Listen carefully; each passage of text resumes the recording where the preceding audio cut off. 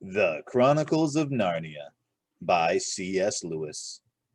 Book 2, Prince Caspian.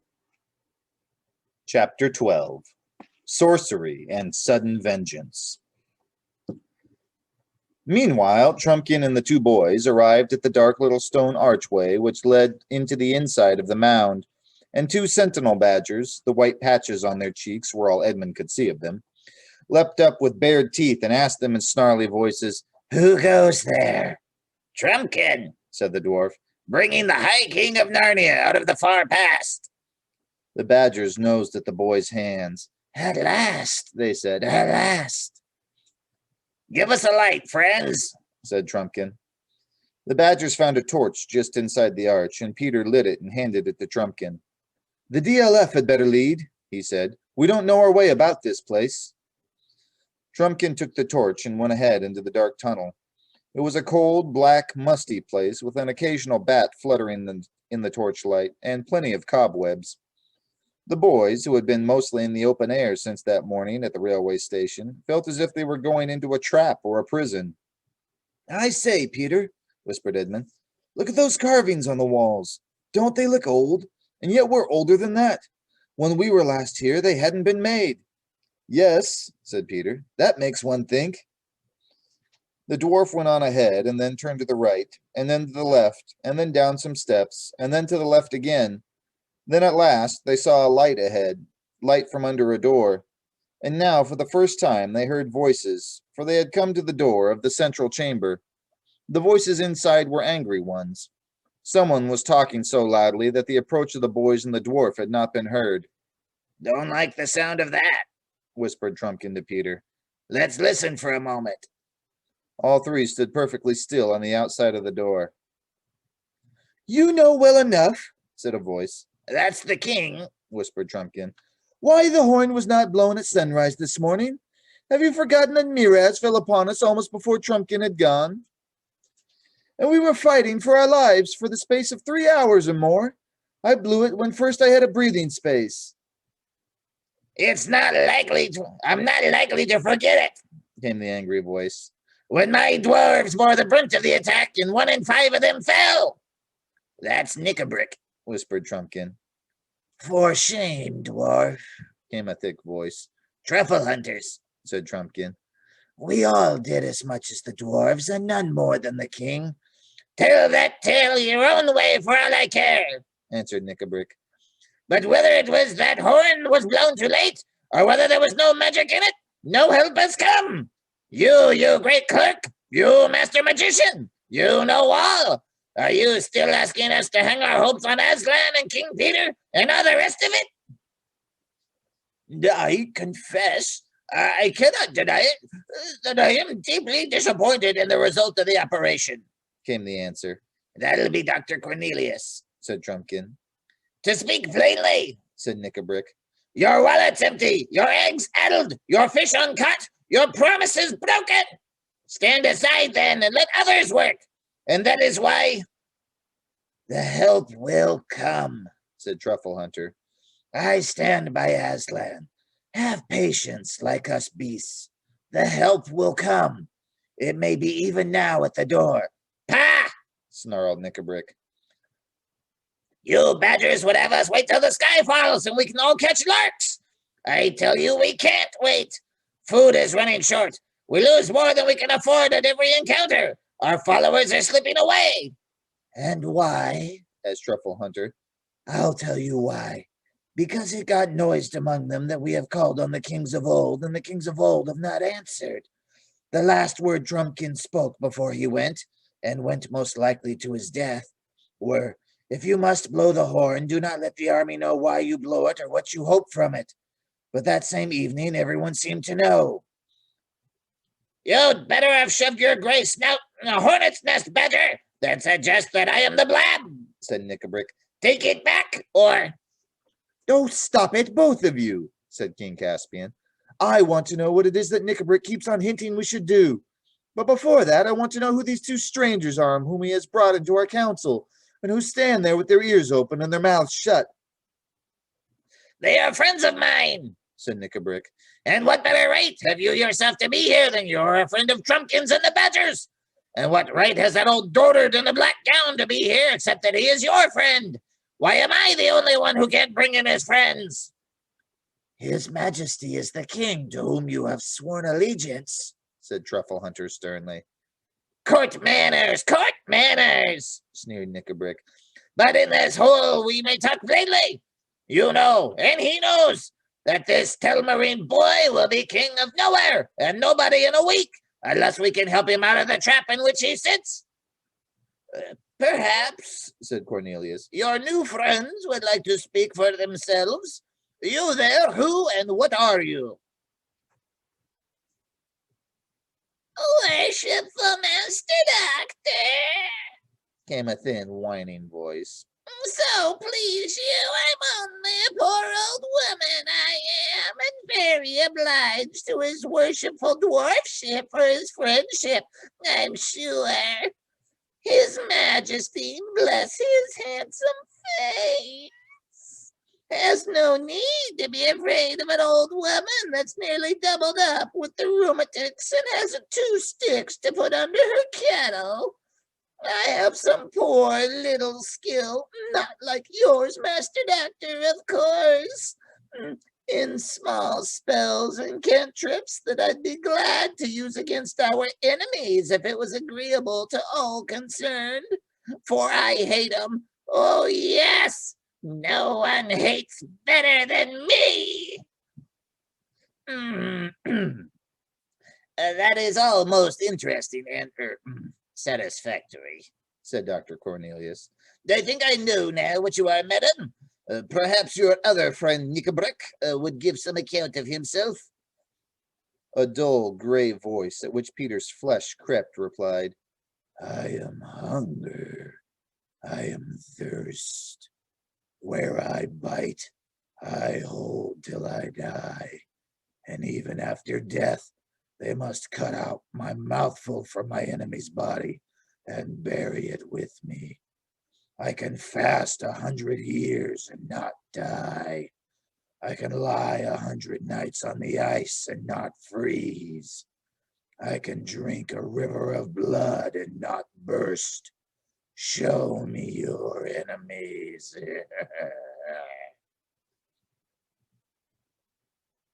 And it is in the presence of these two that you wish to disclose your plan? Said Caspian. Yes, said Knickerbrick. And by their help that I mean to execute it. There was a minute or two during which Trumpkin and the boys could hear Caspian and his 2 friends speaking in low voices, but could not make out what they were saying. Then Caspian spoke aloud. Well, Knickerbrick, he said, we will hear your plan. There was a pause so long that the boys began to wonder if Knickerbrick was ever going to begin. When he did, it was in a lower voice, as if he himself did not much like what he was saying. All said and done, he muttered. None of us knows the truth about the ancient days in Narnia. Trumpkin believed none of the stories. I was ready to put them to the trial. We tried first the horn, and it has failed. If there ever was a High King Peter and a Queen Susan and a King Edmund and a Queen Lucy, then either they have not heard us, or they cannot come, or they are our enemies. Or they are on the way, put in Truffle Hunter. You can go on saying that till Miraz has fed us all to his dogs. As I was saying, we have tried one link in the chain of old legends, and it has done us no good. Well, but when your sword breaks, you draw your dagger. The stories tell of other powers beside the ancient kings and queens. How if we called them up? If you mean Aslan, said Truffle Hunter, it's all one thing calling on him and on the kings. They were his servants. If he will not send them, but I make no doubt he will, is he more likely to come himself? No, you're right there, said Knickerbrick.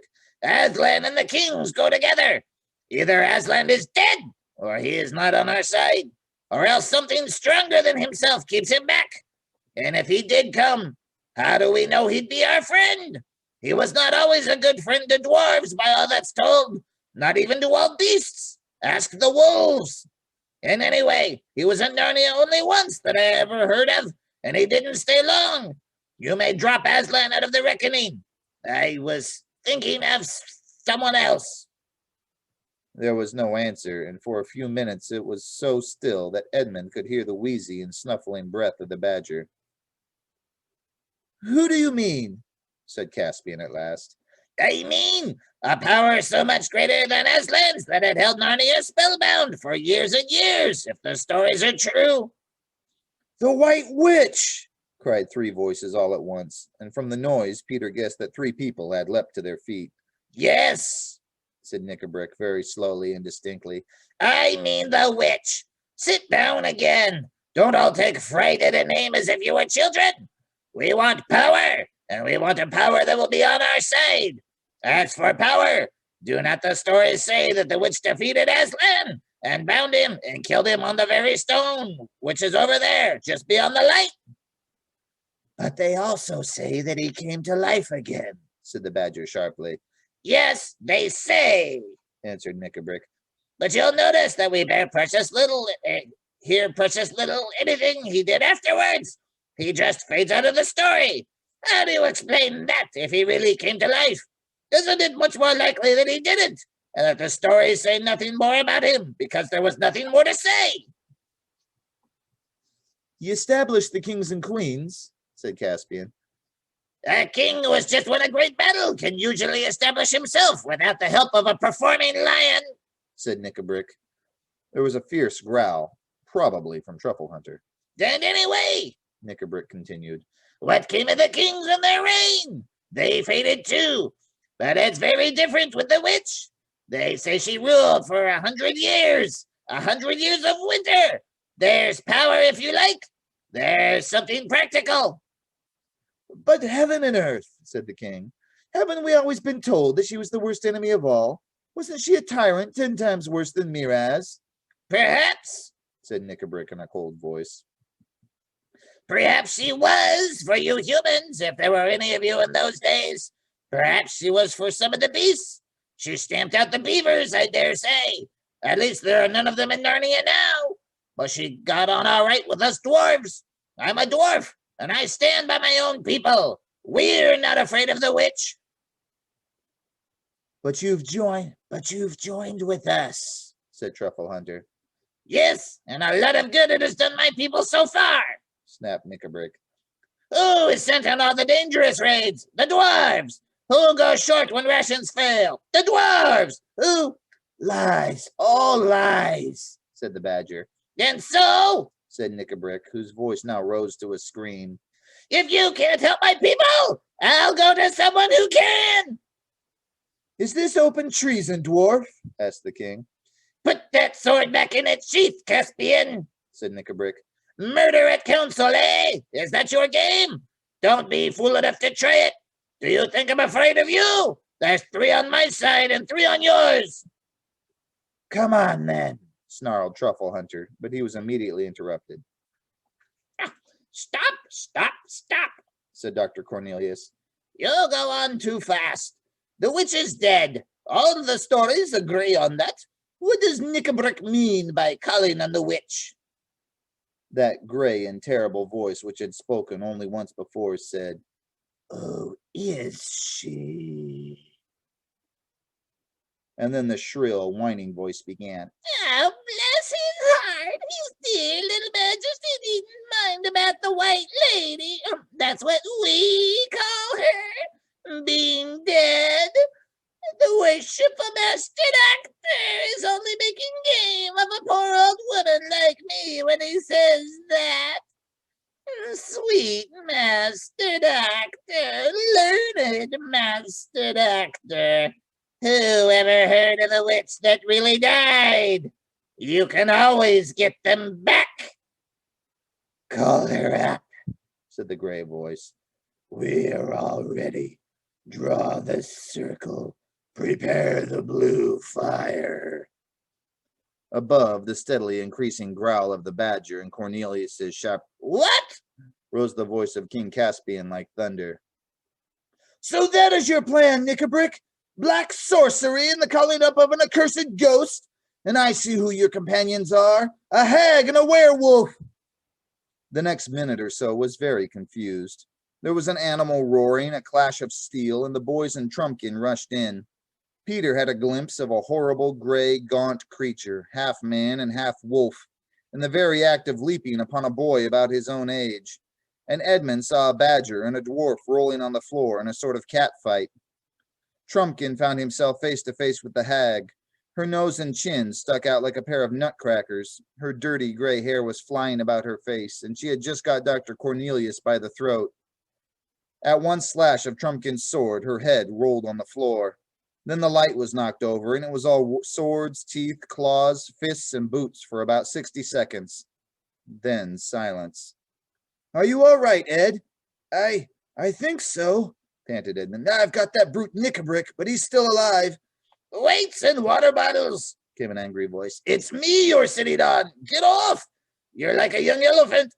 Sorry, DLF, said Edmund. Is that better? Ow, no, Bellowed Trumpkin. you're putting your boot in my mouth. Go away. Is King Caspian anywhere? Asked Peter. I'm here, said a rather faint voice. Something bit me. They all heard the noise of someone striking a match. It was Edmund. The little flame showed his face, looking pale and dirty. He blundered about for a little, found the candle. They were no longer using the lamp, for it had run out of oil. Set it on the table and lit it. When the flame rose clear, several people scrambled to their feet.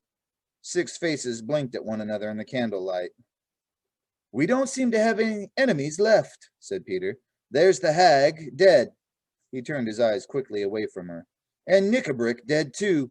And I suppose this thing is a werewolf. It's so long since I've seen one. Wolf's head and man's body. That means he was just turning from man into wolf at the moment he was killed. And you, I suppose, are King Caspian. Yes, said the other boy, but I've no idea who you are. It's the High King, King Peter, said Trumpkin. Your Majesty is very welcome, said Caspian. And so is your Majesty, said Peter. I haven't come to take your place, you know, but to put you onto it. Your Majesty, said another voice at Peter's elbow. He turned and found himself face to face with the badger. Peter leaned forward, put his arms round the beast, and kissed the furry head. It wasn't a girlish thing for him to do, because he was the High King. Best of badgers, he said. You never doubted us all through. No credit to me, Your Majesty, said Truffle Hunter. I'm a beast, and we don't change. I'm a badger, what's more, and we hold on. I'm sorry for Nickabrick, said Caspian, though he hated me from the first moment he saw me. He'd gone sour inside from long suffering and hating. If we had won quickly, he might have become a good dwarf in the days of peace. I don't know which of us killed him. I'm glad of that. You're bleeding, said Peter. Yes, I'm bitten, said Caspian. It was that wolf thing. Cleaning and bandaging the wound took a long time, and when it was done, Trumpkin said, Now, before everything else, we want some breakfast. But not here, said Peter. No, said Caspian with a shudder. We must send someone to take away the bodies. Let the vermin be flung into a pit, said Peter. But the dwarf we will give to his people to be buried in their own fashion. They breakfasted at last in another of the dark cellars of Aslan's How.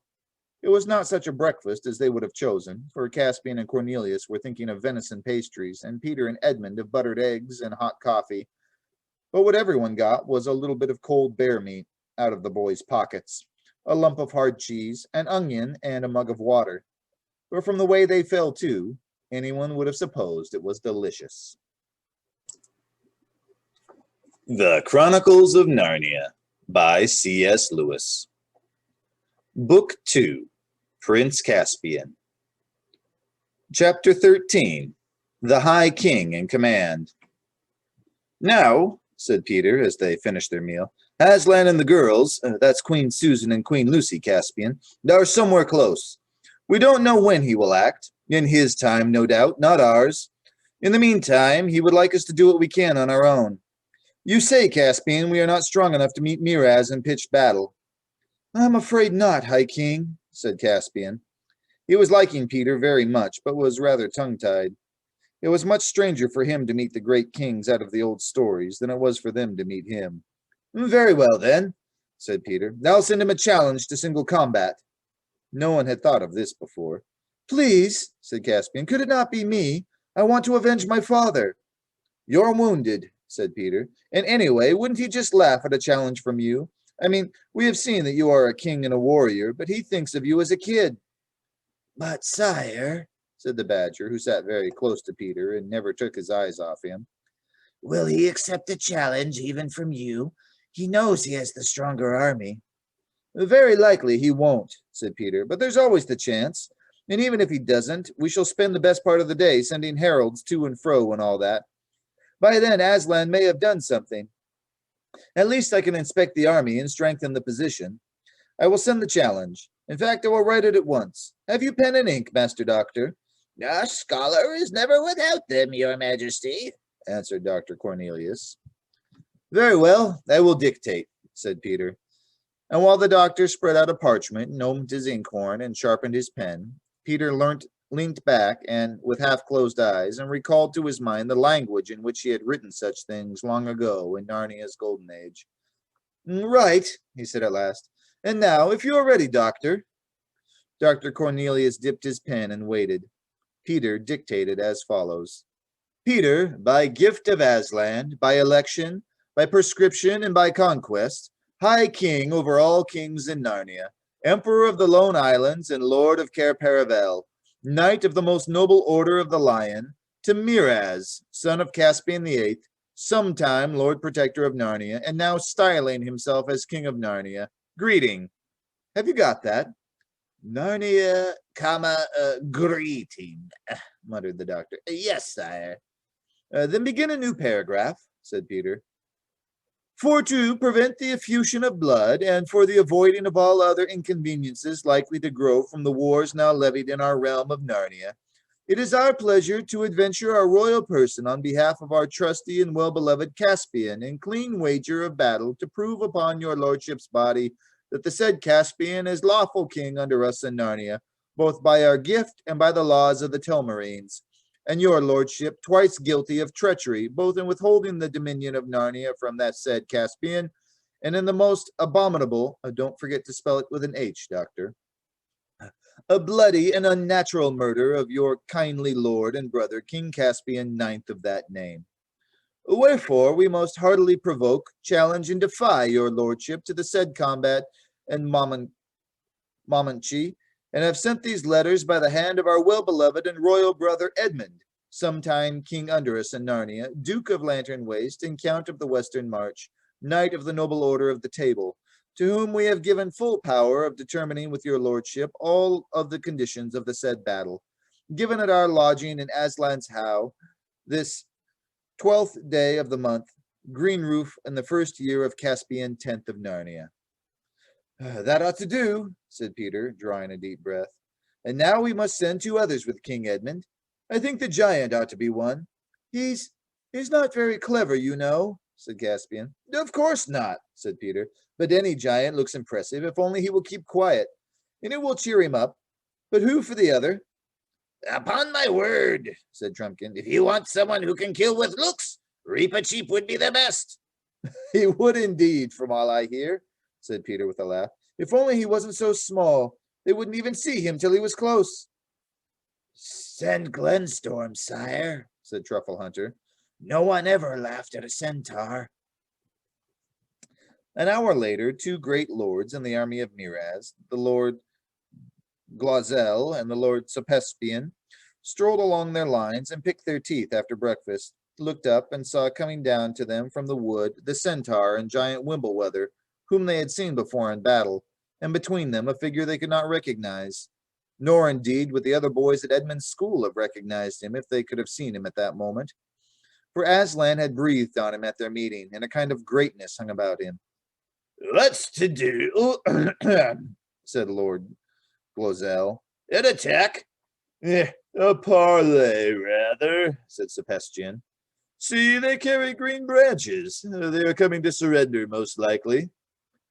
He that is walking between the centaur and the giant has no look of surrender on his face, said Glozell. Who can it be? Is it? It is not the boy Caspian. No, indeed, said Sebastian. This is a fell warrior, I warrant you, wherever the rebels have got him from. He is, in our lordship's private ear, a kinglier man than ever Miraz was, and what mail he wears! None of our smiths can make the like.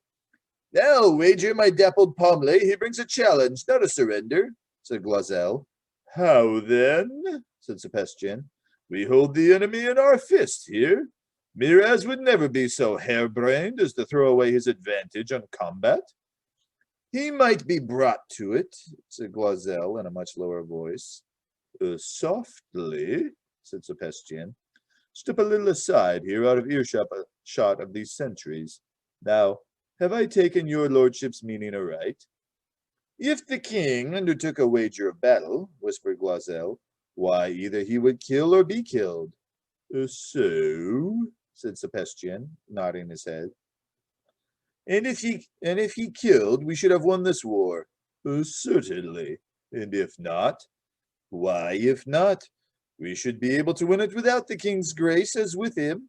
For I need not tell your lordship that Miraz is no very great captain. And after that, we should both be victorious and kingless.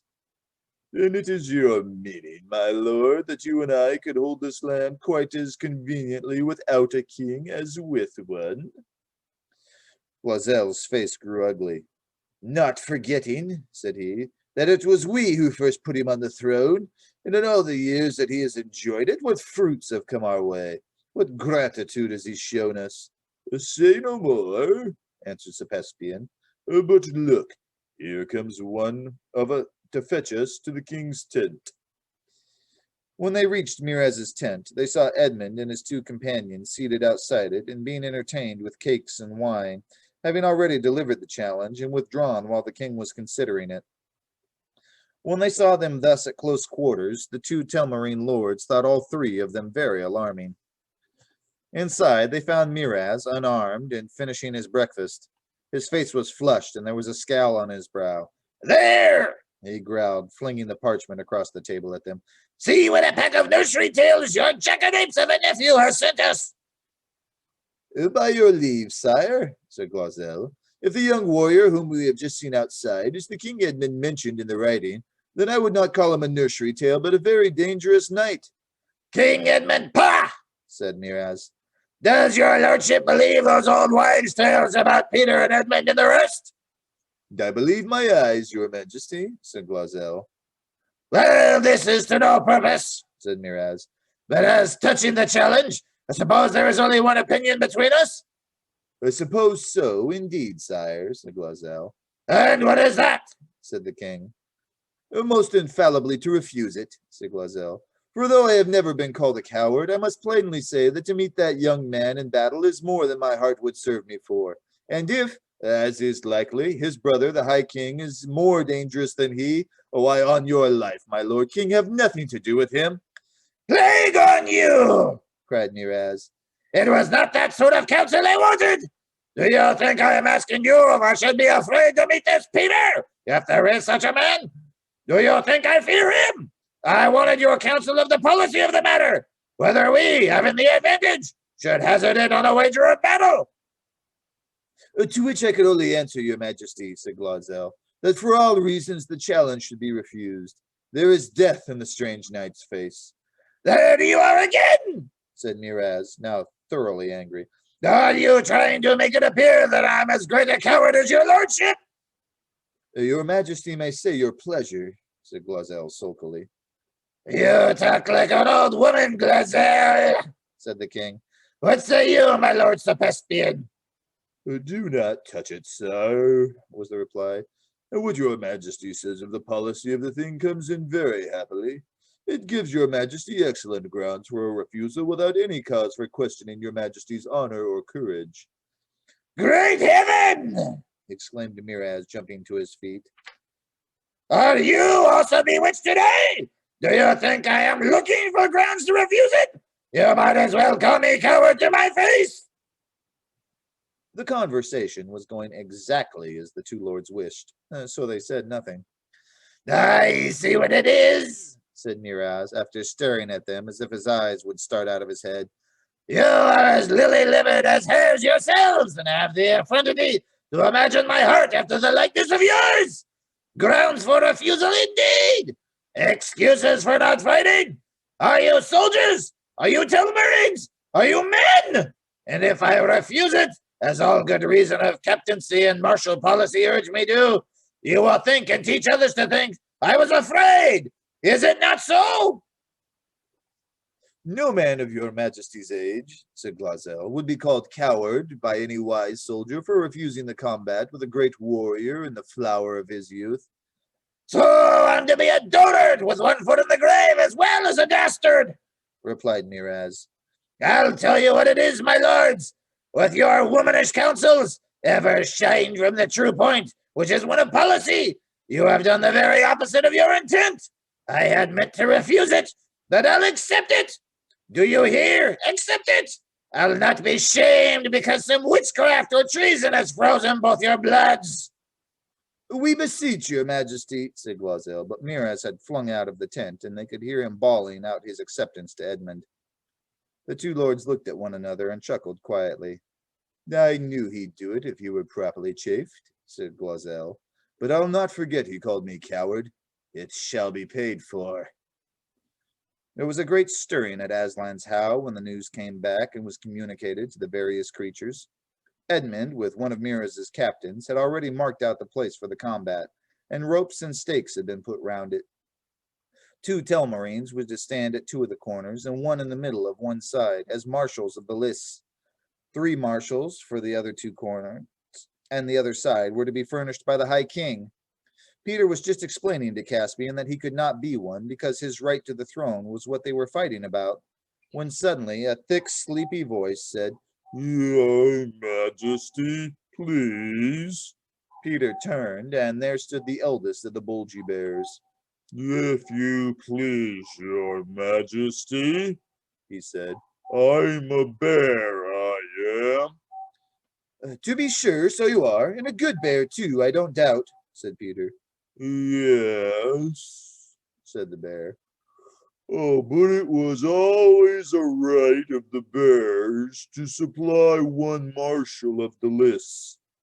Don't let him, whispered Trumpkin to Peter. He's a good creature, but he'll shame us all. He'll go to sleep, and he will suck his paws, in front of the enemy, too. I can't help that, said Peter, because he's quite right. The bears had that privilege. I can't imagine how it has been remembered all these years when so many other things have been forgotten. Please, Your Majesty, said the bear. It is your right, said Peter, and you shall be one of the marshals, but you must remember not to suck your paws. Of course not, said the bear in a very shocked voice. Why, you're doing it this minute, bellowed Trumpkin. The bear wiped his paws out of his mouth and pretended he hadn't heard. Sire, came a shrill voice from near the ground. Ah, Reepicheep, said Peter, after looking up and down and round as people usually did when addressed by the mouse. Sire, said Reepicheep, my life is ever at your command, but my honor is my own.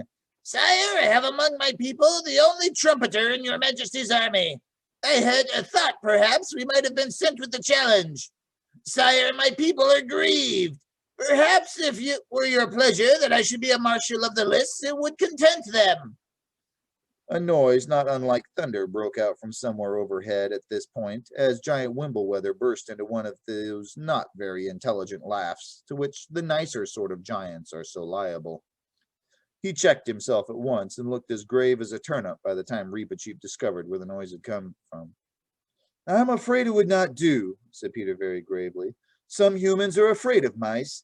I had observed it, sire, said Reepicheep. And it would not be quite fair to Miraz, Peter continued, to have in sight anything that might abate the edge of his courage. Your Majesty is the mirror of honor, said the mouse with one of his admirable bows. And on this matter we have but a single mind. I thought I heard someone laughing just now. If anyone present wishes to make me the subject of his wit, I am very much at his service, with my sword, whenever he has leisure. An awful silence followed this remark, which was broken by Peter saying, Giant Wimbleweather and the Bear and the Centaur Glemstorm shall be our marshals. The combat will be at 2 hours after noon. Dinner at noon precisely.